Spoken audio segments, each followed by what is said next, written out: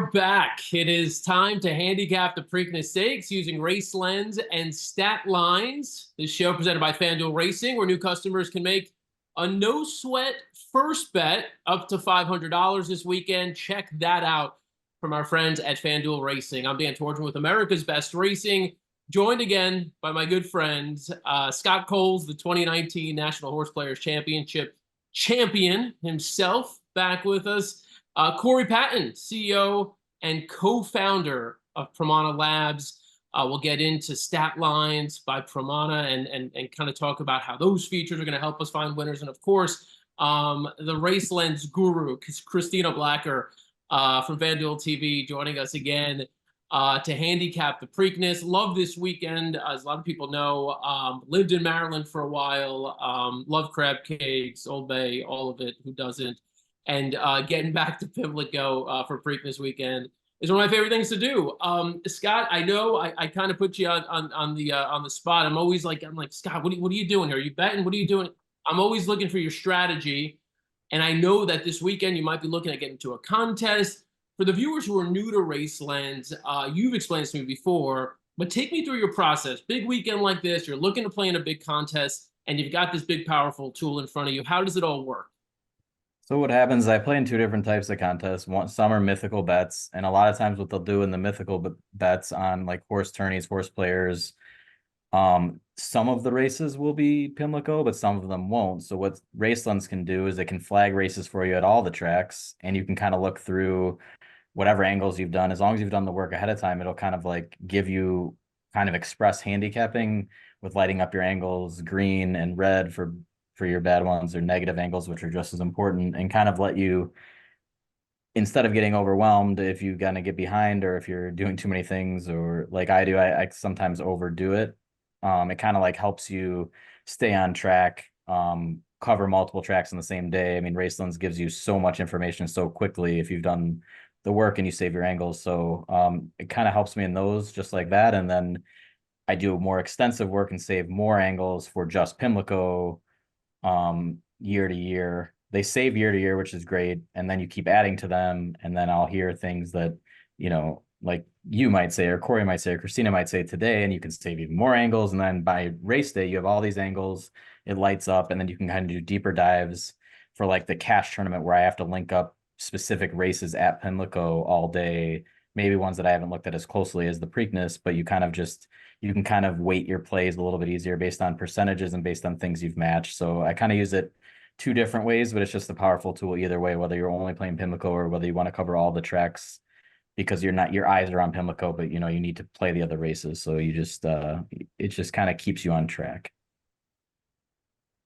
That's awesome. And, I think the more I'm in this, the more I do it. And it's been a while now, but I'm always curious about new products, new tools available. And Corey, last time we were on together for the Derby show, you kind of explained to me for the first time stat lines and how those work. For people who weren't watching, just sort of a brief summary of what you guys do and kind of how some of the tools you have at your disposal come into handy on a weekend like this one.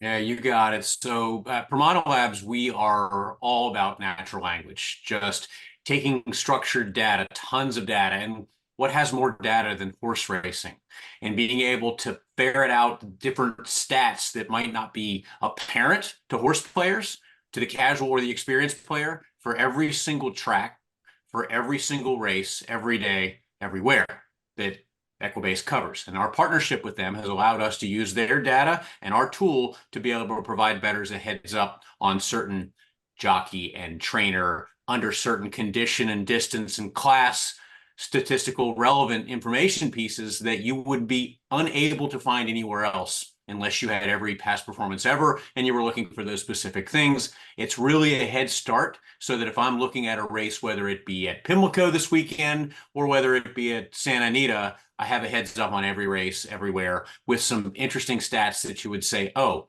wow, that's really cool that when this trainer spots a horse in this spot at this distance of this class, they're 80% on that move. You would not know to even look for that without the Pramana Labs stat lines product through Equibase. So you can find it on the entries page at Equibase for every race. When you click on it, click on the little stat lines icon, and it'll give you a head start in full sentence narrative format about things you ought to look at and potential top plays that you don't want to overlook in your betting. All right, we're going to get to some of those plays, and you're going to be first up, Corey, in a minute as we jump into the first race that we're going to handicap here, the Pimlico Special, race 12 on Friday. Stick with us over the course of the next hour. We're going to each kind of focus on a little bit of a bonus race in addition to the Black Eyed Susan and the Preakness. We'll all weigh in on the Black Eyed Susan Stakes and the Preakness. I just want to let you know that this weekend as well, you could get on a couple of Equibase specials. You can get unlimited quarterly past performances subscription for just $99. The promo code there is TCEQB99. And then you've also got the Race Lens $99 special, TCRL99. You should be able to find those promos within the landing page here that you're watching this on, or that you got to this stream from. So we'll circle back to some of those promos again later on. Just a great time to be getting in on a bunch of different deals that are going to help you out not only this weekend but beyond. So Corey, with that, let's jump into this race, the Pimlico Special. This race has two. The odds makers have it as a 2-horse race between Kings Barnes and Red Route 1. I'm curious because I think one of these horses you're ready to put a line through. Yeah, and that's really where I'm going, Dan. I appreciate you setting that one up. Look, Kings Barnes is the horse that I'm going to take a stand against. And it's 7-5, 8-5. There's not a whole lot of difference there, except I think there actually is when you dig into the numbers. And when you use Pramana stat lines, it helps to find some of these things. So I'm going to take a stand against them, and I'm going to go with Red Route 1 in this race. So why am I taking a stand against Kings Barnes in here? I think it's going to take a lot of play. I just think that he's going to get pretty well hit at the windows, considering all those ones and twos in front of in the finish line on that horse. Now, when you dig in, though, the reason I'm taking the stand is that the trainer for Kings Barnes, Todd Pletcher, he's just 1 for 18 at Pimlico over the last 5 years. He's run out 11 of those 18 times out of the money, almost always at low odds, burning money there. His last win actually at Pimlico was 2019 in the Sir Barton with King for a Day. All right. And he is also 0 for 4 in the Pimlico Special during that 5-year span. So you look at those and it doesn't say confidence that the trainer is going to take an even money favorite or slightly above to the winner's circle, therefore, on Saturday. And look, I understand Kings Barnes, performed admirably at 6 different tracks. Maybe not so much the Derby last year, but other than that, this will be his 7th track in 8 career races, loves this distance. So I'm not taking anything away from him on the performance side, other than I think that Red Route 1 is actually a better animal. And the connections are a big, big plus for Red Route 1. So Rosario and Asmussen together, they're 2 for 6 on the win angle and 4 for 6 in the money together in stakes races at Pimlico over the last 5 years. It's a pretty good stat. But I'm really taking a stand because of the class. In the last race, in the Oaklawn Handicap, if you look at Red Route 1, Skippy Longstocking won that race. And good horse. I mean, really nice horse. Won fairly convincingly, posted that 114 that day in that race. It'd be the clear-cut favorite in here. I don't think there's any way around it, having made $2.2 million on the track. So if you look at the class angle, who finished second? Highland Falls. Posted a 111. Has a streak of 6 consecutive improving Equibase figures and 4 straight 106 or better. Where would he be in this race? Okay. Red Route 1 finished 3rd. The 4th place finisher that day, Reincarnate, has 5 consecutive triple figure speed figures and over $500,000 in earnings. So just if you look at the class that Red Route 1 competed against, I think it's better than the Kings Barnes race. So Kings Barnes last race, he beat War Campaign. It's a nice horse, but never won a graded race. The 3rd place horse, Archie the Giza, has only ever won an allowance race with a 99 best speed figure. 2 back Kings Barnes beat like Bambir Con Alegria. It's a Chilean bred, still looking for its first win in North America. So I just look at the class angle. I think that, Red Route 1 just comes out of a much, much better race and should provide a slight bit better value than the Kings Barnes horse for Pletcher. I actually think on a pace scenario, it's going to take a little pace for Red Route 1 to come because it's a little bit of a late runner. But I think that's why Asmussen entered the horse on the rail, try to keep the pace a bit honest. I also think Pyrenees will go. So here I'm hoping they get a little bit of pace up front, and Red Route 1 can come running late and win at a better price than the likely favorite Kings Barnes in this race. All right. That Pletcher stat, I mean, all those stats really that you mentioned about Pletcher, kind of shocking, surprising to hear, right? I mean, you don't really hear those kinds, especially on big race days, and that's when people would be shipping into Pimlico specifically, obviously, right, for Preakness and Preakness weekend. So, yeah, really interesting. You got to take notice of trainers' performance at certain tracks under conditions, and they're very important to kind of dig into. Yeah, and the Asmussen Rosario positive angles, that's going to be a recurring theme here, and I think it's going to be one that we're going to touch on here momentarily as we moved to the Black-Eyed Soothing Stakes, which is race 13 on Friday. Just one horse in this 8-horse field, wheeling back from the Kentucky Oaks. No surprise, Dwayne Lucas. Number 3, Lemon Muffin. Lucas, by the way, tied for the most wins all time in the Black-Eyed Soothing Stakes. Last won it, though, in 1995. Feel free to shout out the name if anyone remembers the horse. Serena's Song, 1995, last time Lucas won this race. But he's tied for the record. Christina, I got a quick look at who you like in the top spot. We are on the same page, and I did just tease ahead to this a little bit with Asmussen Rosario. Tell us more about Recharge.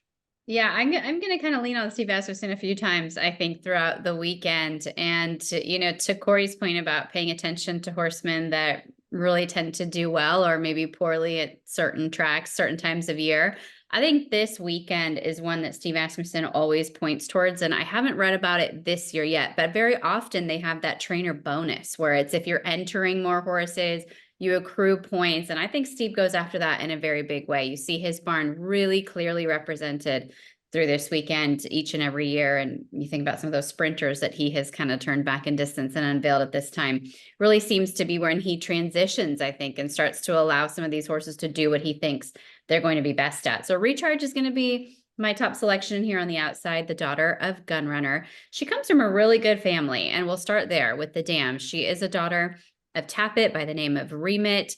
You can see here there's some common names that we all have, come to know. Bankable, a very good one. Just overall, you're getting 26% winners in dirt routes from this dam. Magazine Street has done well. Reride, plenty of horses that she has produced that have done well at the route. And I think that's important to note because although she's 3 for 4 lifetime, you could ask yourself, who was she beating in some of those early races? I want to go back and take a look at the Sunland Park Oaks too. This is 2 starts back and another day that Steve Asmussen did really well. Again, targeted, sent a lot of horses there. They gave away a lot of money. This race that she's competing in, the Sunland Park Oaks, a $250,000 purse. And I thought she showed a lot on this occasion. She was on the front end. It wasn't under the toughest of fractions. She went 24 flat, 48 and 1, 112 and 3. She kind of had things all her way, but she did get a fresh challenge as they turn for home here with this horse on the outside. And listening to the call, and if anyone wants to go back and hear it for themselves a little later on, I think the track announcer was so sure that Candy Isle was going to go by, and she didn't. Recharge really showed some heart, some determination. I like what she did to fight back for that win. And truthfully, the margin was pretty small, but I think she really had the measure of the horse on the outside, even though that one was coming up under a full head of steam. The concern for Recharge is that she did run somewhat poorly in the fantasy in her next race. Now, we all saw what Torpedo Anna came back to do in the Kentucky Oaks, but I was there that day at Oaklawn, and I don't think that where she was necessarily the best place to be on that racetrack. She was along the inside. You think of horses like Just Steel, who came down the middle in the Arkansas Derby. I think that was a little bit more where you wanted to be. So I'm going to try not to hold that race against her too much. The other thing I am going to look at quite a lot this weekend is off-track pedigree. And with Gunrunner, going ahead and filtering for offspring of him over the wet dirt tracks, and it's high, it's strong. That Candy Ride line is so strong, 24%. There is a ton of rain forecast for Wednesday. There's a lot of rain forecast Thursday. Hopefully Friday dries out a little bit, but I'm just keeping an eye on that storm, and I'm going to keep this in the back of my mind as I continue to handicap throughout the week. The last point I'll make on Recharge is just back to the True Odds page. I think she probably makes the lead if she wants to. I don't know that they're going to send her, but she's also the fastest on late pace. So that gives me extra confidence to go ahead and make her the top selection. The other horse I'll mention real quickly before I give it back to you, Dan, is the 6. Who Could Ask for Mo? And this is a lot of the same type of research I found really applicable to her as well. You can start taking a look at the replay in her last race in the Gazelle. This wasn't all that bad. At first, you look at this race and you think, okay, she finishes 4th by 10. You're not really happy about it. Where's My Ring comes in as a maiden from California and is able to win this race. And it's not, you know, on paper and in ideology, the greatest, but take a look at her down along the inside. She finishes, she fights on in this race. She comes back, slips through along the rail. I didn't think it was a terrible performance for her. And I am encouraged by the fact that with her pedigree, she's not going to have any problem with the distance. We're going 1 1/8. I think that starts to really separate them. And I think that especially comes into play when you're talking about fillies. So I mentioned some of the similar research that we looked at with Recharge. We can look at the same kind of stats for her. This Dam, Midnight Bell, she's produced some really nice horses. And one of them, that Ghost of Midnight, a half sibling, he's by Ghost Sapper. He's a runner for Mark Glatt out here on the West Coast, and just a big, beautiful horse. This Dam has thrown some really big, beautiful runners like him. Adds blinkers, which I appreciate. Hopefully she'll stay a little bit more focused. I think if you look through her races and look at the fact that she's gone from 1 turn to 2 turn back a few times, you know, those 2 turn races at Tampa both look good.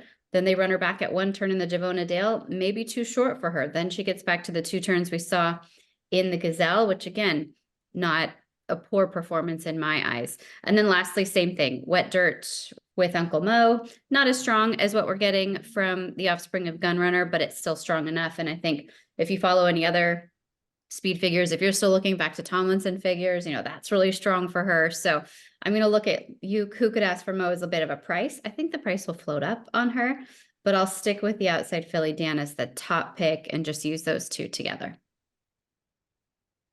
You know, that Gazelle is the last race is interesting because, you know, some people might look at Where's My Ring and say, well, you know, I mean, I was all over Where's My Ring in the Oaks, and the horse just didn't really fire.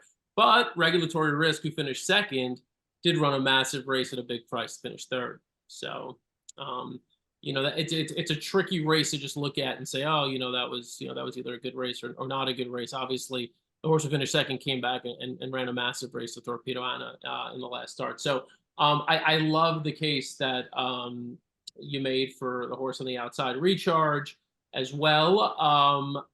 We've got a different horse now entering the chat. Compliments of Scott, who's going to go right in between the 2 horses that you picked and give us the case for the 7 horse for Poso. Yeah, this is a tricky race. There's just when the PPs are all over the place with experience levels, and they're all obviously young, but I mean, number of starts, there's just so much room for improvement on a number of these horses. And I think this is one of them, or at least I'm hoping. So when you look at the PPs and you look at who's been riding, I mean, it's a big upgrade to get Tyler on the horse. I think it'll help with a number of things, relaxing, timing, just experience. You get more of an East Coast rider. I just think that'll help tremendously. Now you kind of look at one of the things they do in Race Lens is give you the Equibase pace rankings, and you look, this horse has advantages early, middle, and still has for having that great of numbers early and middle with the options, even though she's not a front runner, also has a pretty good late finish as well. I feel like if you ration that a little bit better, that could amount to quite a bit. Now, if you look at the fractions of the Santa Anita Oaks, the first stakes try for this horse, 23, 46, and 110. I mean, we'll look at the GPS data in a second. The horse was moving into the horse was running fastest into the teeth of this pace, and it's a little bit different than some of the other preps where they went 110 to the half. So now when we go to the GPS data and we look at our mile per hour like ratings for the Oaks, if we go down to the 7, you can obviously take your time. I'm not going to take time on this video, but look at everybody's ratings, but these 40s at the half and at the 3/4 are faster than anybody ran in their last race, and she did a consecutive part of this race into the teeth of the pace. Now, usually that's one way you can use this. Now, you could go down a rabbit hole. I mean, it gets crazy if you talk about how Santa Anita is faster than other tracks, how these aren't all equal, miles per hour is not the same. But this is one cool thing you can do if you figure out a way to normalize it, or if it's kind of what you trust, and you kind of look at everybody's last race. This horse was running faster at that portion of the race than anyone else, and did it for a while into a tough part of the race. And that, I think, with Tyler, if you can just ration it just a little bit better, you could see a much improved performance in a young horse.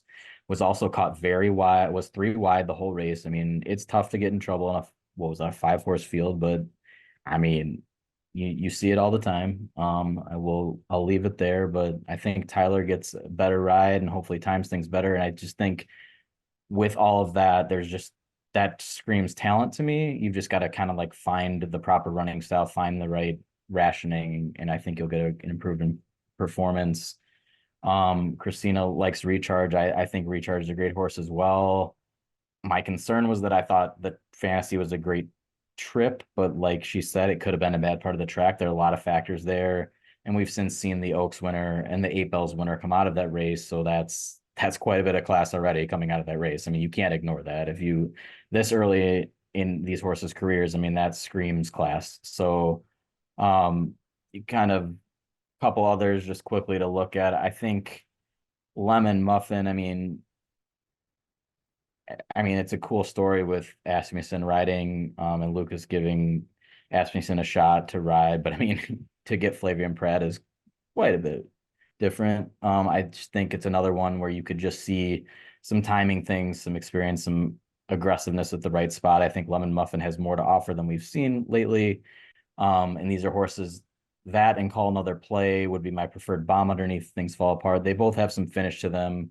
They're both kind of improving on some from a late pace standpoint, and just depending how the pace of this shakes out, there's usually like a price or two that'll sneak into the try or the super that you might not be looking at, because there's horses that are trying to win the race and there are horses that are trying to collect the check, and you kind of got to play that game and get creative with some of your tickets. So I think those are two to look at underneath as options. I like the mention of Lemon Muffin too, and you mentioned maybe different tactics. Riding that horse, has been kind of farther off the pace in recent starts. The Oaks, obviously, but by nature there being so many horses and so much speed in the race, but there's some success back there, being a little closer to the pace. So maybe that's the approach on Friday. Corey, you're in agreement with Scott, at least on top with Corposo, right? Yeah, Scott's a good guy to follow. When I'm in agreement with Scott, I feel like I'm in good company. Yeah, I'm in on Corposo. I think it's definitely an improving filly. I think if you go back and you look at some of the same things Scott pointed out in that last race, it's very interesting to see the way this whole race unfolded. And you watch Corposo gets clearly the worst of this trip. I mean, the 3 wide the whole time out there, covered a ton of ground. Chase the Bafferts, the super highly regarded Kinza, who did all the dirty work up front. And then, of course, Nothing Like You slips through perfectly on the rail when Kinza obviously gets a little tired with that 110 and change. And Corposo just churning away on the outside, trying to make up some ground here. But you'll see this horse just pull away. So when I looked at this race, I thought it was really interesting to try to think about where Nothing Like You would be in this race. Probably the favorite. Probably the favorite in this race. It's not the most deep field, I guess, or the deepest field, if you will. Kinza probably would somewhere be up in the top 2 choices. And Corposo honestly went 3 wide. And if you look at the GPS data of that trip, Nothing Like You and Kinza, Corposo ran significantly further than either of those with the trip. 28 more feet than the winner and 25 more feet than the runner-up, who only beat her by a half length. So in that race, I don't think Corposo was disgraced whatsoever. So I think, honestly, you got a lot of room for improvement. I think the pedigree is nothing but good going forward for her. Obviously, you've only had three horses out of the foals out of the Vino Rossa Dam Sire Arch mating on dirt. And if you look at those performances, both of them have won. 3-year-olds, both of them have won going a distance, going a mile on the dirt. So you definitely have some history there that says they can run. I don't think this distance is going to be a big problem. But I think there's a very interesting stat I pulled out. And I was the guy last time that said, workouts are important and you look at final workouts, and I had all that final workout information. And I just decided to go back to the well here again. So let's dig in. Okay, so Pete Urton, Corposo just posted a 59-4 workout at Santa Anita on the 10. Okay, Pete Urton, when his stakes starters work a flat mile or less, heading into a 1 1/8 stakes race, they usually do well. And here's what I mean. If you go back to all of his starters in those conditions, he's had 10 such occasions over the past 30 plus years. He's won with 4 of the 10 of those when they've worked a final workout going into a 9 furlong race, a stakes race, when they've worked a minute flat or less. Okay, and I know that sounds crazy, but that's just significant. He's also finished second once and third twice. So 7 of 10 in the money and 4 for 10 when you see this. So Corposo fits that workout pattern. Even just popped in the Providencia doing that exact same move, back in April. So I look at that and I say, it can't be just coincidental on all this. So I think what's happening is Corposo is ready to run. I think Corposo is going to take a big step forward. I think, her 104 speed figure and her maiden breaker, best this field, runs anywhere back to that. It was on a good track. So if there's wetness in the track, it shouldn't be bothersome. I think she's going to sit the trip and really improve and post a nice score. Hopefully we get, a little higher than the morning line, but who knows? We'll see. I'm going to take a stand with her in this one. Gosh, not after the case you both made. We're not getting anything higher than 5-2. Not now. No. Great stuff. And you mentioned also moisture in the track potentially. As we record this, that is in the forecast. So something to keep an eye on over the next couple of days. I'll just mention one other horse, and then I'll come back to a horse mentioned earlier. The horse that I'll just touch on briefly is the 5 Gun Song. This one in particular, last out, first time at Stakes Company. Those little red markers on the side always get me excited. So I go back and I watch the replays when I see that the horse had trip trouble, and I saw this trip trouble was actually significant. She got jostled around, I thought, in a major way going to that first turn. We don't have to watch the replay, but if you're on Race Lens, or if you could pull up the replay some other way, you should check it out. She raced up close to the pace and was in sort of a tight spot between horses. And then you remember, we actually might have watched this replay in our prep for the Kentucky Oaks when we saw Ways and Means make that early move. And that kind of forced Gun Song in between horses to go as well. And so understandably, again, first time stepping up into that kind of company, the bumping around early, the added distance, the early move to try to go with the presumed, winner of the race at the time. All of that, really set Gun Song up for failure in the end. And she didn't, completely disappear, but obviously she dropped out of the money, at least in the top 3 spots, and faded a little bit. And so I think will probably be overlooked based on the fact that she couldn't visibly, at least looking at the past performance, couldn't really hang in that last race. But if you watch the replay, excuses for sure there. The race 2 back absolutely coasted in allowance. Company sat off the pace setter and then kicked clear under a hand ride. Looked really, really professional doing that.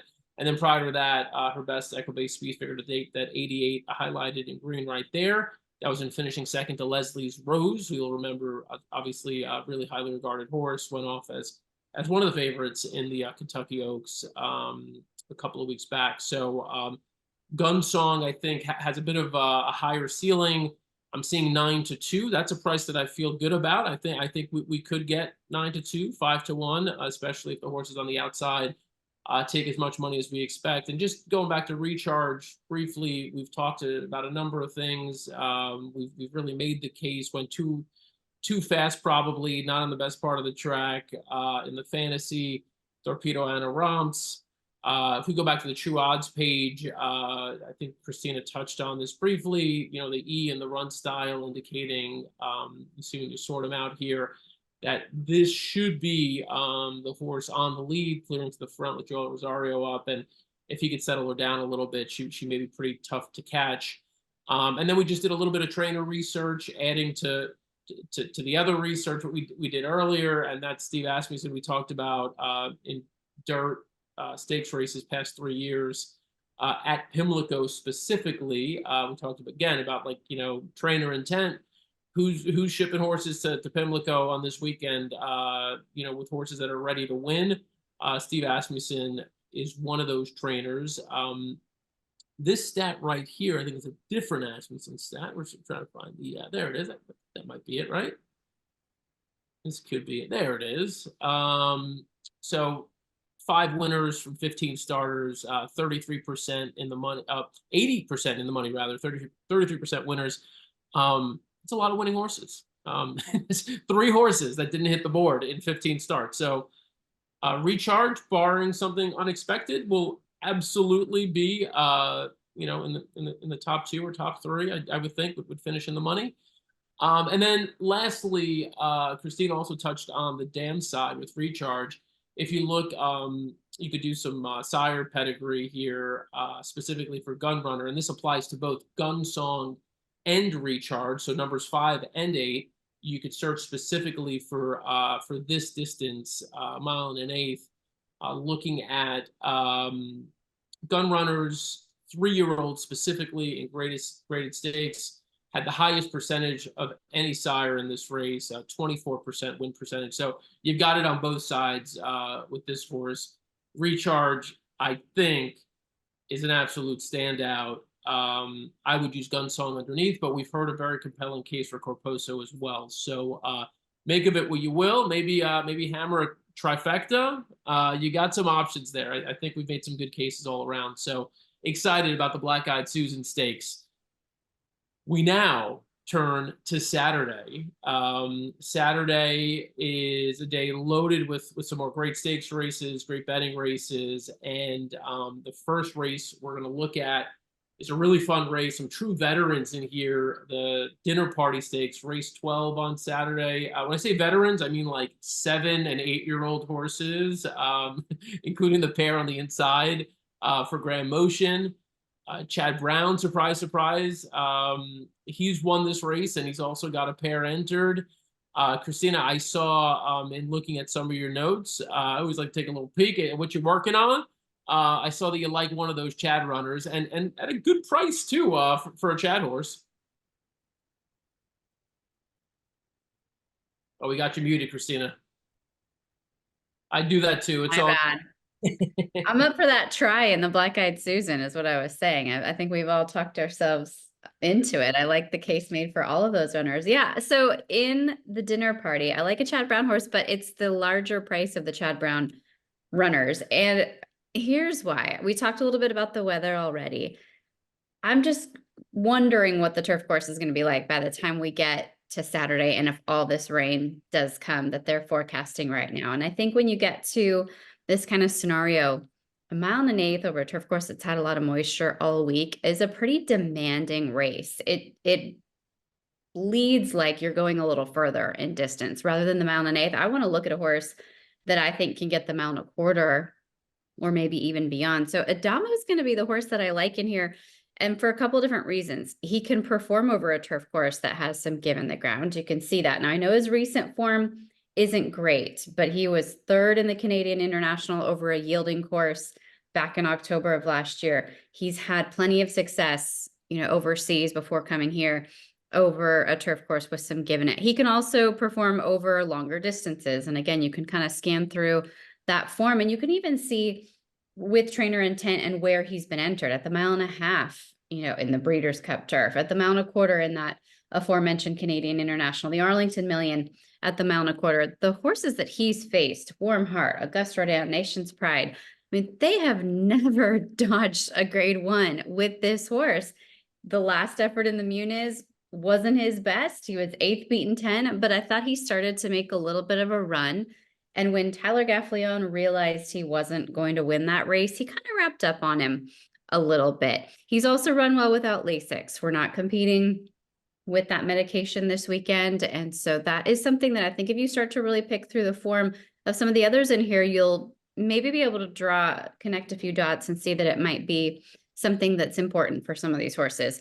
Individual research on Chad Brown, it almost feels like it's not fair to pull Chad Brown stats in turf stakes races because the numbers are all good, and you can of course apply this to his other runner as well. But Chad Brown over the last 5 years on the turf course in graded stakes races is going to give you a pretty high win rate. So I think you're looking at it about 21% with, this is, we'll grab a different one. This was over the main track. We have so many pulled and ready for this webinar that we have to shuttle through them to find them. And I have a second one on Chad Brown for this. So we're going to double down on the Chad Brown turf stats. Here we go. 22% past 5 years, turf graded stakes, 52% in the money. It's strong. And then if you just want to add Flavien Prat into the equation, which is another thing that's interesting. I know he's had, you know, some experience and some history of riding this horse, but he doesn't have to come back and ride him. I'm sure Prat could have had other options if he really wanted to, rather than jumping on a horse that was 8th beaten 7 lengths last time out. 27%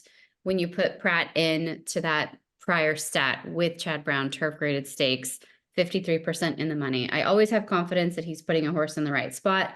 And I have confidence that this horse in particular can probably handle the conditions that I think we're going to be up against on Saturday. So we'll go with the bigger price of the Chad Brown horses in the dinner party. All right. Scott, you landed on a horse who always scares me. Like, I am never on this horse at the right time. But hopefully Saturday for you is the right time. Tell us about Emmanuel. Well, I mean, I can clear up maybe a little bit of it, at least what's happened before. I don't know what's going to happen this time. It's a tough race. But when you look at the PPs, and you, first of all, if you kind of just do a quick glance and you see Master of the Seas, Naval Power, Casa Creed, I think, yeah, Modern Games is back there. I mean, it's been through a bit of a gauntlet at times. And I think when you really look at it, I started mapping it out like with the proper class level, 0 for 4 in grade ones, but was still taking money in every single one of those races. I mean, you'll look down the right. I mean, only once in this whole page was the horse ever double-digit odds. So it's taking money in these races, even against grade 1 company, but I don't think that's the proper spot. 1 for 1 in grade 2. I mean, you can make what you want of that, but in grade 3 races, 4 for 5 with 1/3. The only concern is the 1/3 was last year's dinner party, but it was a blanket finish. I think the horse, there were a few things going on there that I think could have been ridden a little bit better. And I think there's like the way that it happened, I think the horse was targeting someone else and kind of got caught in one of those things where focusing on the wrong horse.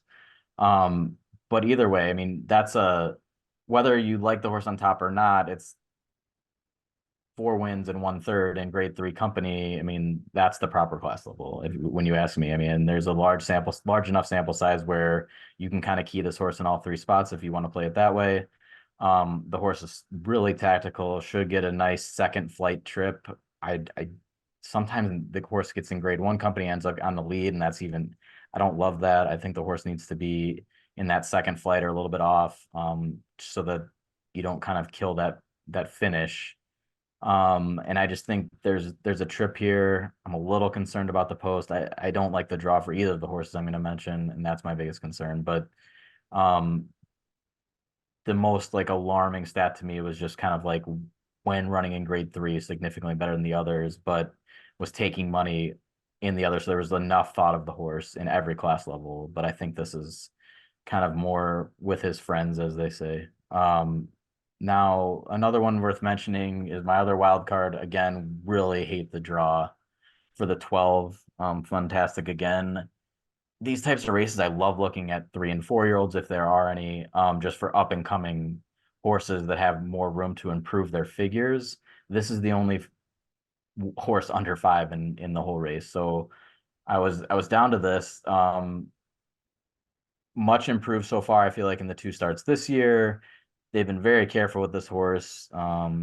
If you want to know more about like the backstory and everything, you probably ask Christina. She probably had lunch with the horse a few times and interviewed him personally, but I don't know these things. But I just know that there is a lightly raced horse in a race like this that's 4 years old. It always catches my eye because that is your biggest jump forward, like for an opportunity. And the figures are already improved, but they're on synthetic. So you have wild cards, but between the post, the unknowns, I think you're going to get a pretty solid price, and you should get the double-digit odds. This horse is on the morning line. It might be worth an extra look. just because of all the different things that could go this horse's way and kind of jump up a little bit. Also seems that you see all the ones in the prior years and tried to be a front runner in these 2 races so far this year. The horse sat off a little bit, and I think that's an improved running style. I think they've kind of starting to figure this horse out a bit, so I'm hoping it translates to the turf. In the past, the synthetic and turf numbers have been comparable enough where I think that it'll translate over. But again, you have a ton of unknowns, but you're going to get paid for it. So I'm okay doing that. And in the horizontal bets, I mean, I'll be spreading. I mean, I'm going to use Christina's horse. I'm going to use both Chads. I'm going to use the number 9 Beatbox. Yeah, 5 running B, 7 Adamaho. I mean, fantastic. Again, I'm going to spread as many as I can just because I think there's a lot of horses that don't like to win in this race.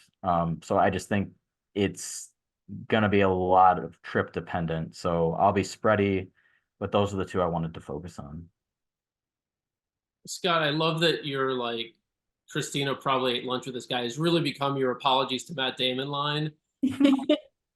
I mean, she knows everything about everyone, so I just like don't even try. We call Wesley Ward like live on the webinar. I wouldn't. Like, Can we FaceTime the horse? Seriously, what did he eat? Yeah. I mean, there's just something about that story that kind of struck me that they were very careful.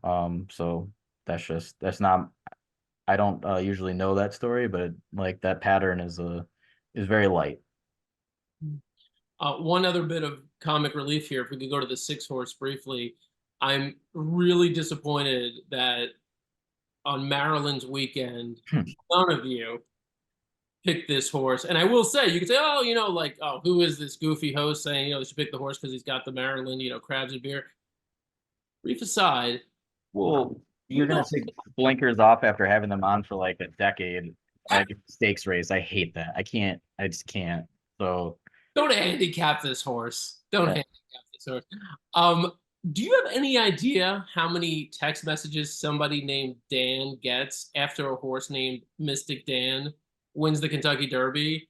Well, I mean, that's also why the price was ruined too, because everybody named Dan, whether they liked him or not, was betting on him too. He should have been a bigger price. Except for this guy. So then I have to copy and paste to each text messages. No, I did not bet a single dollar on a horse just because it had my name on it. So I didn't either. I had the horse circled if it was raining. Like I thought the horse was going to be dangerous in the mud. I didn't see that coming though. That's the thing, right? Like as the track dried out, we all talked about it, right? Like I think that's what we said. There was a brief mention. We didn't spend too much time on Mystic Dan, but yeah. So all right. Well, we have another shot. We can talk Mystic Dan. We could talk other horses. I get the feeling we're going to be talking about this horse quite a bit. Who's going to be your favorite in the Preakness on Saturday. Corey, we'll let you take it away here and make the case for a horse who looks really, really scary in the spot. Yeah, I've really gone out on a limb so far with my first 2 selections with price. So let's keep this going. And I just don't know how you get around Moose. So in the Derby, I went with a horse that went off at 32-1 as my top selection in Resilience. Ran pretty well. Thought took the lead in the top of the stretch. Thought maybe we'd get a piece there, but just kind of flattened out. Muth, I just can't get around, and I wanted to. I tried, and it's the race. I think honestly just comes down to a bit of class again. Where if you look at that Arkansas Derby, here we go. Mystic Dan comes back. Okay, the 3rd place horse wins the Kentucky Derby. I'm not sure if you've heard about that. The 5th place horse, Informed Patriot, comes back and wins the Bathhouse Row Stakes at Oaklawn. The 9th place horse, Will Take It, wins a maiden special weight at Oaklawn out of that race. Even the 8th place race, Imperial Gun, came back to finish 2nd in that Bathhouse Row, posting a 99 Equibase speed figure. So that race has already just proven to be, an interesting race, a key race if you want to take a look at that and the performance out of that, right? So let's keep piling on.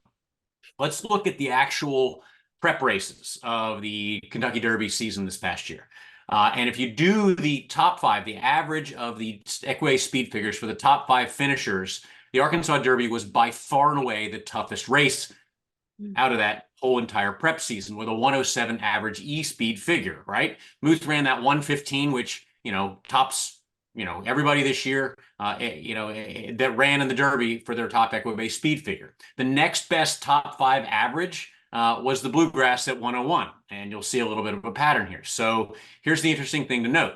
So if you take out the 2 Japanese runners in the Derby, then this really holds form if you look at the Equibase speed figures for the horses that came out of the top 5 prep races, where the Arkansas Derby, Mystic Dan wins, Toyota Bluegrass, Sierra Leone wins, finishes second, right? And the other 2, Robert Lewis, no horses in the Derby. The Juvenile, obviously, Fierceness and Muth. There's another Muth, angle there. The Rebel, nobody, Just Steel finished mid-pack in that one. But then the Wood, that's Resilience. He finished 6th. Louisiana Derby. Catching Freedom finished 4th. Like you see that it's validating itself on a little bit of the actual competition class out of those stakes races. So we're just going to have to look at Muth as saying ran out of the best race, highest class, lots of key horse. A lot of horses came back to win out of it. Just think it's the best horse in this field, and sometimes you just can't get around it. So I'm going to just gild the lily here by doing a few Bob Baffert stats, which just are ridiculous, right? So this is going to be the post-time favorite. I mean, I think there's no way of getting around it. So he's 15 of 31, 48% with the post-time favorite at Pimlico since 1991. I mean, that's just ridiculous, right? And if they absolutely hammer Muth, which could happen, goes off at even money, he's 63%, 10 of 16, 13 of 16 in the money at Pimlico since 1991. So he's just going to get, the stats just go on and on.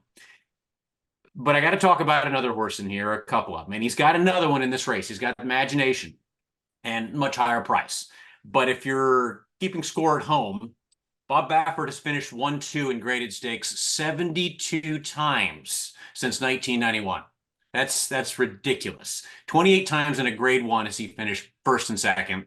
Together, 24 times in a grade 2 and 20 times in a grade 3. So the hits just keep on coming. But I think I'm going to not include Imagination in any of my plays this week at 6-1. And here's why. This is a really interesting stat. He has never hit the board with a runner of a morning line odds over 4-1 in the Preakness. He only hits the board when he gets the short priced odds horses. So 6-1, got to toss him, right? You got to play the odds and all this stuff. So I'm going to toss Imagination, and I'm actually going to use Catching Freedom with Brad Cox. And again, I'm here for the stats part of it. There's a lot of handicapping angles for other horses, but you just can't get around some of the stats.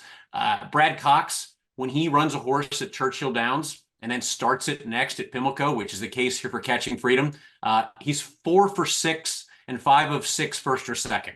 Okay, so it's an interesting thing when he spots him well from Churchill to brings him to Pimlico.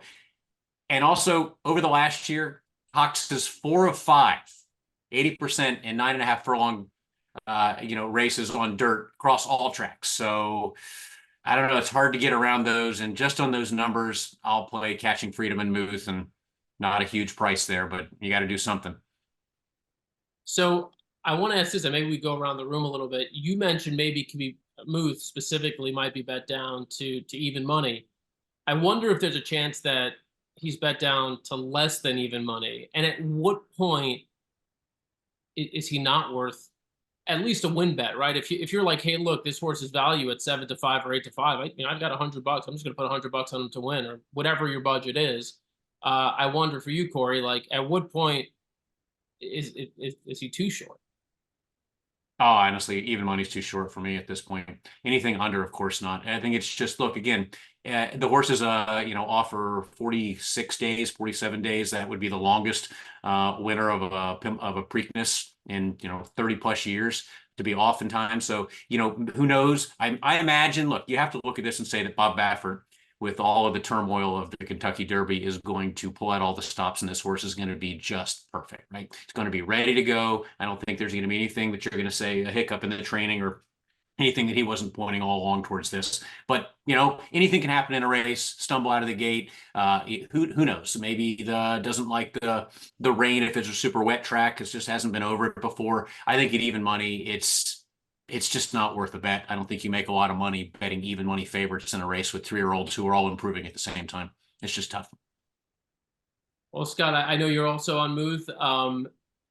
is there a price where he becomes unattractive, or for you, you're just kind of looking at it from a different perspective? You got a different kind of way of approaching this race in terms of how you're going to bet it, or how you might potentially approach it in a contest even. Yeah, so I mean, I'm hoping like in the mythical contest, obviously the ideal spot is that you're in the lead by enough where Muth is your protection and you play a different horse, because the amount of points that Muth would get if he wins doesn't beat you, right? So then you get Muth, and then you also get your second favorite choice, or third, depending on how much money like a Mystic Dan takes or something like that. Because I feel like those are the two that are going to be taking a lot of money. I mean, I feel like the Derby winner takes a lot of money from the people that don't know what they're doing. Then his name is still Dan. Then you also add in I mean, the horse, I mean, ran a pretty solid race. So I just think there'll be a lot of money on that horse, and I think Moose is going to take a ton, obviously. I mean, so for me, I'm just hoping to have them protected, and I'm hoping for the I'm gonna play in a cash tournament, so I'm hoping not to play that much cash. We'll see. And I think my kids will help me in that by not letting me pay attention that much. So I'm hoping to just link up some doubles from the turf race, or be alive in a pick 5 or a pick 6, or in the contest, you're hoping to be kind of alive. Yeah, the farthest out you can play in the contest is a daily double. So I'm hoping to be alive to that horse, where that if I did need to make a win bet, it's on somebody else with a little more value. Because what happens is that these horses take so much money that you get quite a bit of value on making a win bet to protect yourself on the others. And that is kind of what I'm hoping shakes out. Now, if I'm way behind, you can't play Muth anyway, because it's not gonna you're gonna have to link him up in something crazy. So very few scenarios in my head that I can see right now have me betting on Muth to win at all. I'm just hoping to kind of be able to use the horse to my advantage from farther out. But that being said, it is my top pick.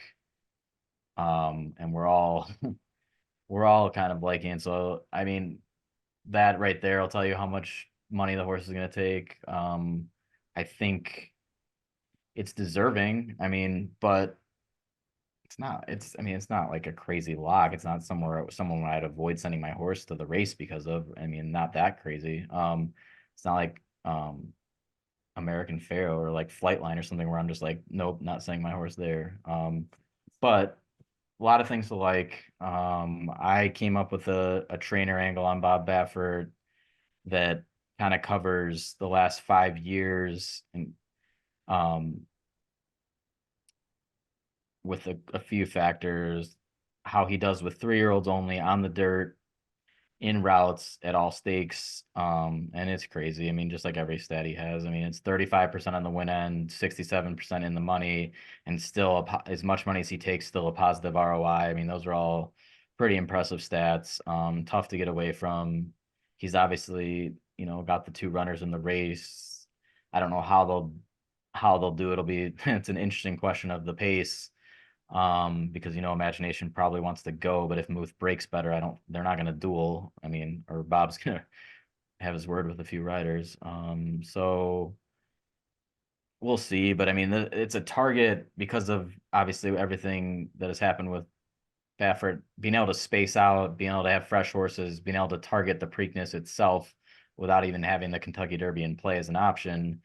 I mean, it's not always a major advantage. Sometimes they come really sharp within the 2-week layoff because they get that confidence and they run back really well 2 weeks later. But for the way he can train and like have that extra time to prepare, I just think it is for him. He'll be able to use it as a big advantage. I mean, he beat the Derby winner convincingly in the Arkansas Derby, as we've already talked about. And what was even more impressive in that race, I think the rider was looking around a lot. And I also think the gallop out, if you actually watch it, it was pretty big. And I just think there was a lot more there. So I think he could have won by a lot more is the real point I'm trying to get at. And now if we look at, I've been trying to use this GPS data a lot more, which is a really cool new feature of Raceland. So I used it again here. And when you look, you click on the 4 and you look at Muth, I mean, from start to finish for a horse that is forward as this horse, that finish miles per hour is not that far off his opening quarter mile per hour. I mean, that's pretty impressive. And I think he you saw how he galloped out. He could have run faster in the finish. So, I mean, that to be that evenly distributed from a miles per hour perspective is something I really like at 1 1/8. I think the distance should be no problem. I think he stays out of trouble because of his like ability to be tactical. And I just think there's just like a lot of upside still fresh, and I just think the horse is still going to get better. So like that's the scary part. The others worth mentioning, I do think like Tuscan Gold can't be ignored. I've heard a lot of people saying I hope they get 8-1. I highly doubt it, but in Chad's won this race a couple times with like a similar. I'm not sure if Tuscan Gold is as good as like Cloud Computing, or was it Verifying? I think maybe was the other horse. But the Tuscan Gold lightly raced, was pointing. I think I heard in a podcast today that he said at least 6-7 weeks ago that his target all along was the Preakness. Like that's where they were going. So like Chad with the target, I think he galloped out best in the Louisiana Derby when I watched it back. And I just think this pattern, like I said, he's just had success with this pattern before. So I think depending on the price, I mean, that horse could be worth a win bet because it's so lightly raced. I mean, 3 races, that horse could get a lot better. So we'll see. Just Steel's the one that keeps me up at night because I just don't know what to do with the horse. I think he's a sprinter deep down, but I mean, he stayed close to that Derby pace. Like he was way too close to that pace. And that obviously we saw it melt down. I mean, almost everybody came from the back that was involved in that finish. I mean, Mystic Dan ran the best race probably because he was sitting 6th maybe at the second call, but I mean, everybody else who finished in that superfecta came from their starting position was like 16, 17, 18 or something crazy, 15, 16, 17, somewhere in there. So he was super close to that race. And he's done that a couple times. He got away with it in the prep race, but as Christina mentioned, that might have just been the better part of the track. There's just so many things that we need more information to see what was actually true. It's a horse to keep an eye on, but I'm most excited. If I see this horse entered in like a 6 furlong sprint, I think this could be like a Whitmore situation where this horse gets really good as a sprinter, like in the next couple of years. I mean, that's where I feel, but then if he comes and runs huge in this race, I'm gonna be kicking myself because I think he's 1 turn, but I don't know for sure. So it's like the beauty of this time of year. You're just trying to guess, but he's got a lot of speed, and we'll see how he uses it. See if he wants to go after Baffert or maybe sits back a little bit more. Gets Rosario after having Asmussen in the last couple of races. So like you just get a lot more experience and a lot more finish. So it'll be interesting. I don't know what the plan's going to be, but it'll be very interesting. And then I feel like Miss Dan and Catching Freedom both, I mean, ran pretty well, but the race fell apart. So I would give the edge to Mystic Dan there. But I'm mostly going to be using them underneath just because I just think that I prefer the lightly raced horses, and I just think there's more upside on them. So, I mean, that's kind of where I'm at. Spread as much as I could if I have the opportunity, but lean on Muth if I need to get skinny. Scott, the other Chad you were looking for was early voting, which was actually There you go. 2 years ago, but it feels like 200 years ago. Yeah, it really is. Christina, I know you like Muth as well. Let me just kind of redirect the conversation a little bit because I think we've been sort of not dancing around it, but we've been talking about it, but indirectly, and that's how the pace is going to unfold. I mean, the two, like if every horse were to be sent from the gate, you know, Muth and you know his stablemate would probably be 1-2, and maybe Just Steel kind of right behind him. But that's not going to happen, right? I mean, you're not going to have 2 horses from the same barn battling each other. So how do you envision the race unfolding? Like they break from the gate. Who's in front after a quarter mile? How far back is the second? The horse in second, that sort of thing. Yeah, I think that Bob probably wishes the post positions were reversed because I think in an ideal world, Imagination prefers to be on the lead and Muth prefers to have a target. But because of the way they're drawn, Muth in post position 4, Imagination in post position 9, I think the riders are just going to have to play the break and they're not going to take it to each other. But I can see a scenario where Frankie just goes ahead and lets Imagination roll out to the front to take his position. And then Juan's going to want to just angle to the outside of him and sit that trip, right off of his hip. I think if they could choose, that's where they'll be. I think the closers in this race are going to have a really hard time though, because these horses aren't coming back. At least they haven't been. And to the point that I think Scott and we were hearing from Corey as well, is that Muth is just still getting better, you know, with the opportunity of the extra time between races, with all of the added layers of complication and having to wait for this race with Muth, with the fact that the 2-year-old form was always there for him. He was second behind Fierceness. You know, he's easily one of the best horses in this crop. And I don't think we've seen the best from Muth yet. And maybe we get to see it on Saturday because Bob has a lot to prove, you know, in this race with this horse. So yes, Muth is going to be my top selection in here. Touched on the fact that I think he's improving. Again, back to the research with Bob Baffert, we've shown a lot, and it's similar to pulling those stats with Chad Brown. It almost feels like it's too obvious. It's not fair. It's like right in your face. You know, Bob Baffert over the last 5 years with a winner last out in graded stakes competition. He comes right back again, and they stay at that top level, 34% winners, something like 69% in the money for these horses. And I don't see any slowing down with Muth. I've seen his works as of late. His works look really good. I think he's getting better. And I think when Bob really leans on a horse in the morning to train them for that fitness and to ask them for their best, that's when you start to see these numbers coming back. And that's probably what we're going to see from him. To be fair to Mystic Dan, you know, he was right off that pace, as Corey mentioned, just sitting that pocket trip and that perfect ride that Brian Hernandez Jr. gives every single day, whether it's at Churchill or Gulfstream or the fairgrounds. I think he ran a better race than some people are giving him credit for. He moves up a lot if we do get the off track, if we do get the weather, but you did see Muth handle him pretty easily by over 6 lengths in the Arkansas Derby. I also think Tuscan Gold is the other horse that you have to take a look at in here. Scott talked a little bit about that last race in the Louisiana Derby. He was really wide throughout that trip, and I thought he really dug in to be third in the end. Catching Freedom, Anna Marie, they came from pretty far back, whereas Tuscan Gold ran hard the whole way around there. And I think it's a race that he'll move up off of quite a bit. And I think Chad Brown knew that it was a race that was going to take a lot out of him, and that's why he sat back and he decided to wait. Chad's been very good in this race. You mentioned the 2 wins.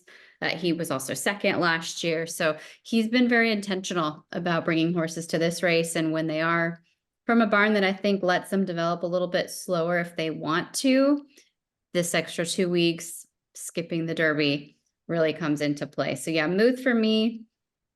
Excited to see Mystic Dan in the race. I'm also married to a Dan who got a lot of flack for not giving the horse out, and Tuscan Gold underneath. Yeah, the only thing worse than not betting a horse named Dan in the Kentucky Derby and then having that horse win is not betting a horse named Dan in the Derby and the Preakness. Right. And having the horse win both of those races, which is a total possibility because I'm not betting Mystic Dan on Saturday either. You know, I think they were pretty clear in the fact that it took them as long as it did to finally decide, hey, you know what, let's just ship up there and give this a go. That, you know, they've got their concerns and their doubts about wheeling back this quickly with this horse. And so look, that was a maximum effort. The horse ran a brilliant race, and Brian Hernandez rode a spectacular race as well. Speaking of jockeys named Hernandez, I'm also really excited for Juan Hernandez, a guy who really like worked his way up from like Golden Gate to become one of the best riders, you know, well, Christina and Corey as well, to become one of the leading riders, you know, on the main circuit in California, and really to have this opportunity to win, you know, a Triple Crown race with, you know, obviously the clear favorite in the race. It's just cool to see as a fan. There's no handicapping there. It's just a cool sort of fan moment for Juan Hernandez. So, but yeah, look, I'm with you on just, you know, who's going to win this race. It's Muth. I don't really have anything too creative. That last out Equibase speed figure, of course, we pointed this out before, make it really easy for you to see who has the best overall figure in this race. So that's for all races, for any of these horses when it's circled in green like that. That is the highest number on the sheet, and Muth owns it. Of course, as we've talked about, he easily geared down, defeated Mystic Dan and Just Steel in the Arkansas Derby, and you know, should be in really good shape. The question is just how short his price will be. I will try to make some money in this race by just hammering an exacta, and Tuscan Gold, who we've touched on a couple of times, would be the horse for me. I think the only potential value play in the race. We could look just briefly at that Louisiana Derby. I know Scott, was very into the Gallop bout. The Gallop bout was impressive. I would also look at the start here. Tuscan Gold's in the 11 post, so just keep an eye on the 11 post. You'll see a little bit of the action out of the gate, a little bit of a, not necessarily a squeeze there, but you'll see that that little move there, the horse crossing over, forces him to stay out wide. He wants to be forward to a certain extent, and it ends up with Tuscan Gold going into that turn widest of all, or just about widest of all. And so a little bit of ground loss there. The horse stays wide throughout. Nearly every step of the way. And the thing is, these horses up front, they all get past. And you can see here, Tuscan Gold's under a ride. And you're like, okay, well, this horse, this is the first time stretching out, first time 2 turns, up with the pace, it's been wide all the way around. The horse is done. And then takes a little bit of a bump here. Running lane closes momentarily, but stays at it. And I just thought this moment right here was impressive, right? Just going past these horses in front of him. And then, of course, the 2 on the outside, Catching Freedom and Anna Marie, who closed from the clouds, right? They weren't going nearly as hard, nearly as fast early. They go by. And then again, right past the wire, you'll see a little bit of it here. The longer it plays out, you'll see more. I mean, there he is right there. I mean, this horse has run 3 races, right? I mean, a couple of these horses have run twice as many races. Tuscan Gold, same pattern, same profile as those other Chad Brown Preakness winners that we had mentioned. Early voting in 2022. That was his 4th career race. Previously had run 2nd in the Wood Memorial. And then Cloud Computing in 2017. That was his 4th career race. Was previously 3rd in the Wood Memorial. This is the 4th career race for Tuscan Gold. All the signs, like all the signs. This horse will be there. Don't get left out. Don't miss out. This horse will be there. That's all I gotta say. Just don't leave the money on the table. What do you think the price is gonna? What do you think the price is gonna be? So this is a good conversation. I think I'd love to kind of hear a couple of other opinions. So Mystic Dan's the Derby winner. He's gonna take money. Imagination is gonna take money. We know Muth is taking money. I think we could get 7-8 to 1. I mean, I know it sounded like you thought we were gonna get 6 to 1 or less. You really think it's gonna be less than that? No, I think it'll be 6. I think it'll be around 6, but I mean, I could be wrong. It's not like really my strength, but I just think it's still, it's still Chad Brown, and there's a lot of people that have talked about that pattern, like, and have seen it before, and I think they have, that in their mind that he's done this a couple of times now. It's not as under the radar of a move anymore. Damn, I thought I came up with that. What's up with that? Well, I just know that Cloud Computing, he kind of got away with it, but he's done it, I mean, a few times. We'll see. I mean, the money, I think Imagination could float up. Oh yeah, like how high? Like what do you think? I mean, I think where do they even have him at 9? Oh, they have him 6 to 1 as well. I mean, you could see I could see a co 6 to 1 situation where I don't know, something's got to give. I think some of these are going to be super high, like the 1 and the 2. I mean, they might be like 40s, 50s, higher, yeah. I think. Well, I mean, the only thing that prevents that is that whole new Derby craze of like everybody who missed out on the bomb in the Derby a couple of years ago. Like it seems like since then nothing's gotten too high because everybody's like, oh, this could happen, we can get paid. But I don't know. I mean, I think they're gonna float up pretty well. What about Catching Freedom? I mean, what do you do? I mean, the horse finished 4th in the Derby. It was like a couple of lengths beat. Right, but in a meltdown, right? So like I don't know. I mean, Mystic Dan, I feel like was much closer to that pace and still beat him convincingly. So I mean, like, why would Catching Freedom win? Like, yeah, no, like I don't like him, but I'm just saying people might say, oh, this horse ran 4th. Yeah, for sure. And it's Flavian Praz, Brad Cox. I mean, like, something's got to give. That's why. I mean, maybe Dettori is not as household of a name for like your average better at like Pimlico. Like maybe that horse floats up. Don't I don't mean, underestimate my I Pimlico. don't, nothing to do. I think he's a great rider. I'm talking about like how many people Yeah, on this type of day actually know who he is. true. Christina, what do you think? I mean, we're kicking these. We're just theorizing here what the odds might look like. What do you think the odds board looks like?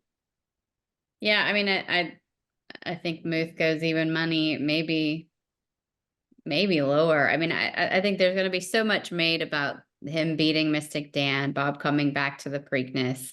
I think Seize the Gray comes down because it's my racehorse and they bet their horses. So that affects everybody because his price will come down regardless of his chances in the race. I do think Tuscan Gold comes down in price. I think probably 6-1 sounds about right. And I think Imagination might hold at around that price, I would guess.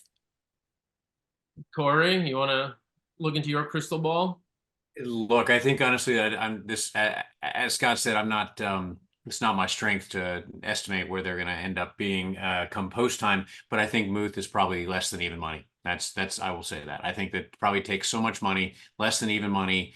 Mystic Dan will probably take a lot of, as Scott talked about, the uninformed just kind of ride the wave money from the Derby. So those two will take money. I think your Tuscan Gold replay, very impactful on the gallop out. I mean, that was a great to see. I know he lost to Catching Freedom, the horse that I talked about, the stats that are just staggering for Cox. But, I think that Tuscan Gold probably, in my mind, will probably stick closer to that 8-1 line.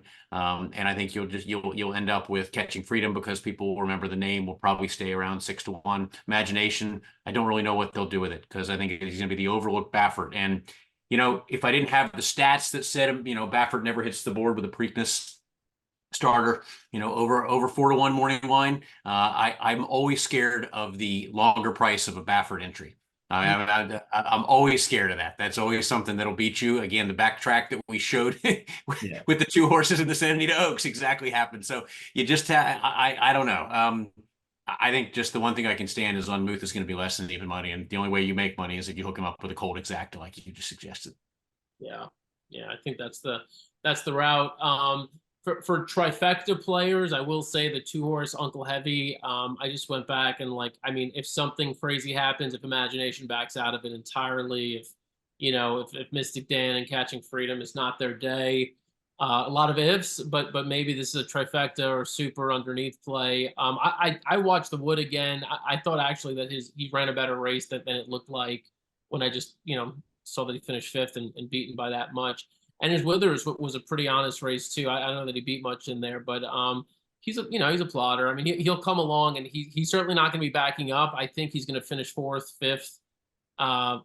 Again, if everything goes right, maybe he finishes 3rd, but he's going to need a miracle. But like Scott alluded to, he's probably 50 or 60-1. I don't know. I think we touched about on just about all of them. Seize the Gray a little bit. Anything else? Any other prices sticking out? For deep try players or anything like that, or pretty much the ones we covered, right? Muth, Tuscan Gold, a little Mystic Dan. Yeah, I think it's going to be the ones we covered. And like I mentioned, I think it's going to be hard for the closers because Tuscan Gold is going to be right behind the Bafferts, right? Like he's not going to be that far off of it. So it's going to be hard to make up ground. Yeah, I agree. That's the real problem, especially because they're not going to duel each other. So if somebody wants to duel, somebody's going to have to come up and do it.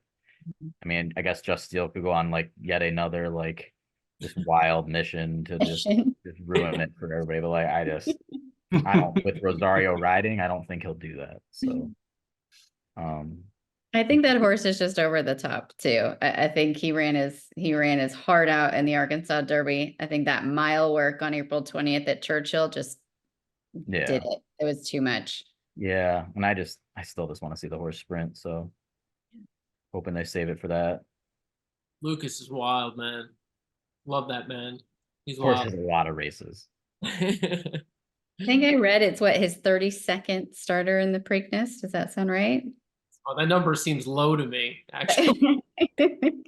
Is that what? Is that this decade? No. Yeah, exactly. That horse has raced 12 times already for a 3-year-old this early in the year, and that's a lot of races. Miles, right? Like we're talking about Tuscan Gold running 3 times. This horse is Well, mean, so anyhow, this has been a lot of fun. Scott, Christina, Corey, thank you. This has been a really good time. And you know, hopefully if you're watching, you know, we put you on a couple of winners here. We've helped at least, you know, focus some of your handicapping. Did want to mention that we've been using Race Lens and Stat Lines. And if you've liked what you've seen here, you know, follow the channels here. Come back. We'll have more leading into the Belmont Stakes. And also, if you like what you see here on Race Lens, there are the $99 specials you can get for both past performances as well as Race Lens subscription, $99 using the promo code TCRL99. And I want to thank the show sponsor, FanDuel Racing, coming through with an awesome no sweat first bet of up to $500. So if you're not a customer yet with FanDuel Racing, download the app right now. You can deposit $500, put it on any bet this weekend, and if you don't win, you'll get that wager back. So no sweat first bet. Check that out, FanDuel Racing. For Scott, for Christina, for Corey, I'm Dan. We look forward to seeing you next time. Have an awesome weekend. Good luck, Preakness.